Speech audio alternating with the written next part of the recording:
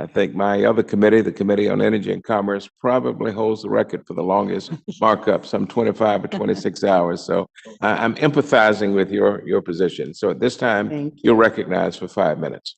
Thank you, Chairman Butterfield, and thank you to our witnesses.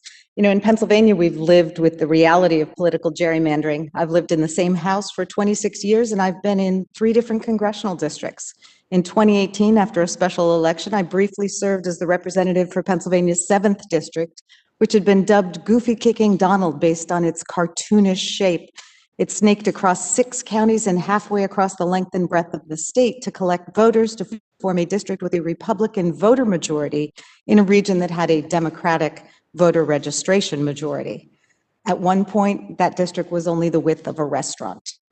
For the better part of the 2010 decade, Republicans controlled 13 of Pennsylvania's 18 congressional seats through gerrymandering, despite the fact that Democrats held a statewide voter registration edge of several hundred thousand. In 2018, as a result of a lawsuit brought by the League of Women Voters, Pennsylvania's congressional districts were declared so gerrymandered as to be an unconstitutional denial of the right to vote. Pennsylvania state law still provides for redistricting to occur by legislation, and there's every reason to believe the Republican-controlled legislature will abuse this power again when it redistricts the Commonwealth later this year to reflect the loss of a congressional seat. An effort to amend the state constitution to substitute a redistricting commission for the current partisan process was guttered by those same legislators just a year or so ago. Without congressional intervention, we'll continue to see politicians crack and pack districts to their benefit. I want to take a moment to address some of the false claims being pushed about the voter legislation, H.R. 1 and the John Lewis Voting Rights Act. These bills are absolutely necessary as we see a concerted effort by Republican legislatures across the country to make it harder to vote and easier to overthrow elections. First of all, this is not a federal takeover of the election process. Article 1, Section 4 of the Constitution empowers Congress to regulate federal elections.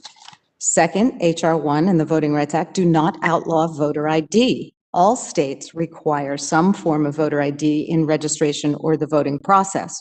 What these laws do is outlaw voter ID laws that preference some voters over others. A classic example is the Texas statute, which recognized voters with a gun license, but not with a student ID.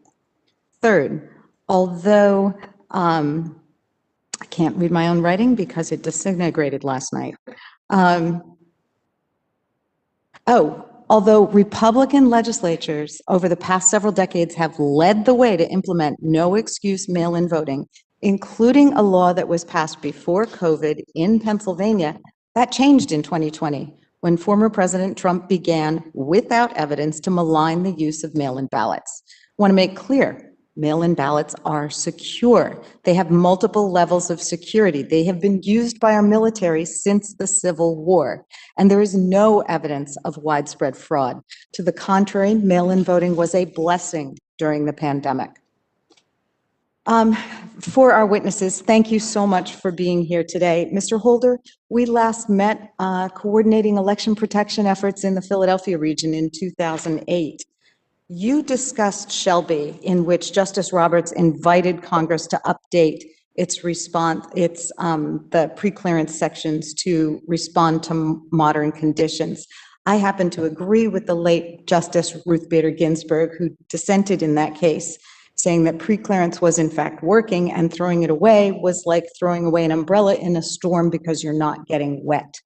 Since Shelby, voter suppression efforts have metastasized across the country in new forms. As one of my colleagues from Pennsylvania, Malcolm Kenyatta, recently said, we now have artisanal voter suppression. Can you talk a little bit about what we should be doing with respect to reauthorizing the preclearance provisions? Yeah, I think we certainly have to respond to the findings of the Shelby County decision, holding hearings like this, creating a record that shows the impact of the Shelby decision, 1,700 polling place closures, unnecessary voter purges, to establish a record for congressional action.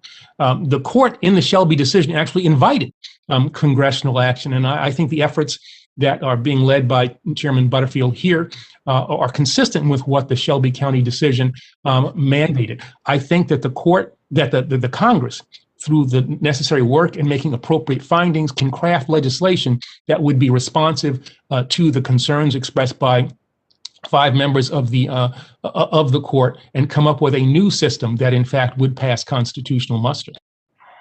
Thank you. Mr. Gentlelady's time has expired. You can make this your last question if you can.